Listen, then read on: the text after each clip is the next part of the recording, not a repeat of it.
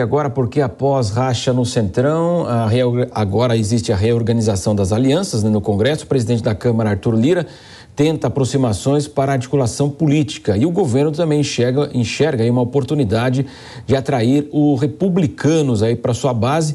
A Catiúcia Sotomayor está conosco. Catiúcia, ontem então havia a grande expectativa da apresentação do arcabouço fiscal, isso foi feito e agora essa situação vai ser levada ao Congresso e vai ser praticamente aí um teste, né, para a base do presidente Lula nesse início de mandato mesmo. Muito bom dia, Catiúcia.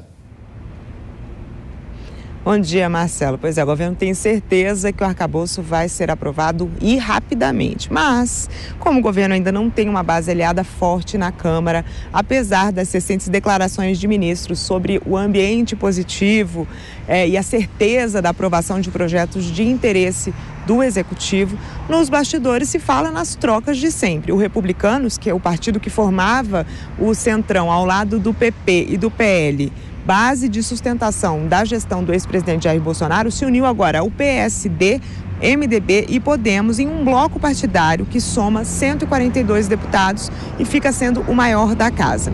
Isso pode dar mais diálogo entre os republicanos e o governo, inclusive com uma troca por espaço nas pastas do governo federal, já que o partido agora deve atuar na Câmara com essas legendas que já aderiram à gestão de Lula. Mas na verdade, deve haver resistências, afinal, entre os principais nomes da legenda estão o ex-vice-presidente, general Hamilton Mourão, e os ex-ministros do governo Bolsonaro, Damares Alves e Tarcísio de Freitas, atuais senadores e o governador de São Paulo. O PP, o partido de Lira, não está nesse novo bloco. Então, para não ficar isolado, o presidente da Câmara procurou outros partidos para tentar criar o seu próprio bloco. O União Brasil, o PSDB, o Cidadania, o PSB e o PDT. O objetivo, então, seria formar um outro grupo com 164 parlamentares, mas esse acordo ainda está em negociação. Já o PL, Partido Liberal, que sozinho teria a maior bancada, fica de lado nessas negociações. Ainda assim, o Planalto avalia que Lira está enfraquecido, principalmente com o fim oficial do orçamento secreto, que foi considerado inconstitucional pelo STF, e garantia que ele pudesse influenciar a distribuição de recursos para parlamentares. E também por conta desse embate sem fim com Rodrigo Pacheco, presidente do Senado, sobre o rito das medidas provisórias. Lira insiste que as MPs passem primeiro na Câmara e sejam concluídas no Senado, e Pacheco quer manter a regra da Constituição. Antes de tudo, vai para uma comissão mista com 12 senadores e 12 deputados. Mas Lira alega que, como no Congresso há 513 deputados e 81 senadores, a Câmara deveria ter pelo menos mais representantes do que o Senado nesses colegiados. Enfim, a força de Lira com o Planalto, ao que parece, deve seguir diminuindo.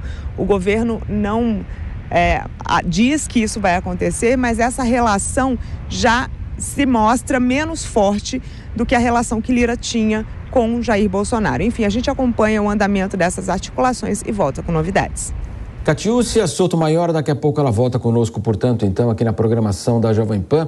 Eu quero ouvir o Diogo Schelp. Schelp tinha aquela máxima no Congresso: onde há governo estará o PMDB, podia ser extrema esquerda, direita, centro, o PMDB sempre era governo. Claro que agora nós tivemos essa mudança e por isso que há uma cobrança muito expressiva em relação à conduta do ex-presidente Jair Bolsonaro, que ele poderia articular justamente essa oposição ao governo Lula ainda nos 2 meses finais do seu governo, não ter ido viajar para os Estados Unidos e também não deixar aquela situação toda clara que ficou aqui no país, e nós tivemos lá os atos do dia 8 de janeiro. Porque agora, então, um trabalho que a gente imagina, claro que nessa discussão aí de espaço, é aquilo que o político mais quer ouvir, né? Ele quer virar governista porque ele vai ter alguma benesse, sem dúvida. Então, a oposição terá dificuldades para conter esse avanço agora da base do presidente Lula. Schelp. Não há nada de novo debaixo desse sol de Brasília, não é mesmo, Marcelo?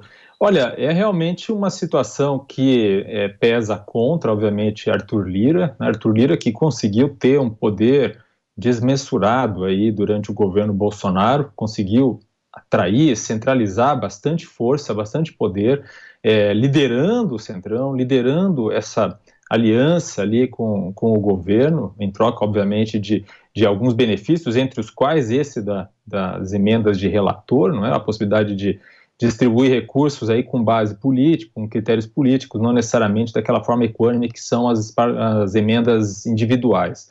E é interessante, porque mesmo partidos que teriam vocação aí para se alinhar ao PL como uma oposição firme ao governo, preferem agora se reunir em torno de um bloco que já contém, por exemplo, o próprio MDB, que já está na base do governo. Então, isso já sinaliza uma disposição de negociar com o governo, não que seja um alinhamento automático, mas que seja um alinhamento negociado, não é? E isso já indica uma conduta semelhante ao que antes era atribuído ao Centrão. Então nós temos agora um centro dividido, centrinho, isso obviamente enfraquece Arthur Lira e enfraquece a oposição, né, que acaba se restringindo praticamente, por enquanto, a PL e Partido Novo.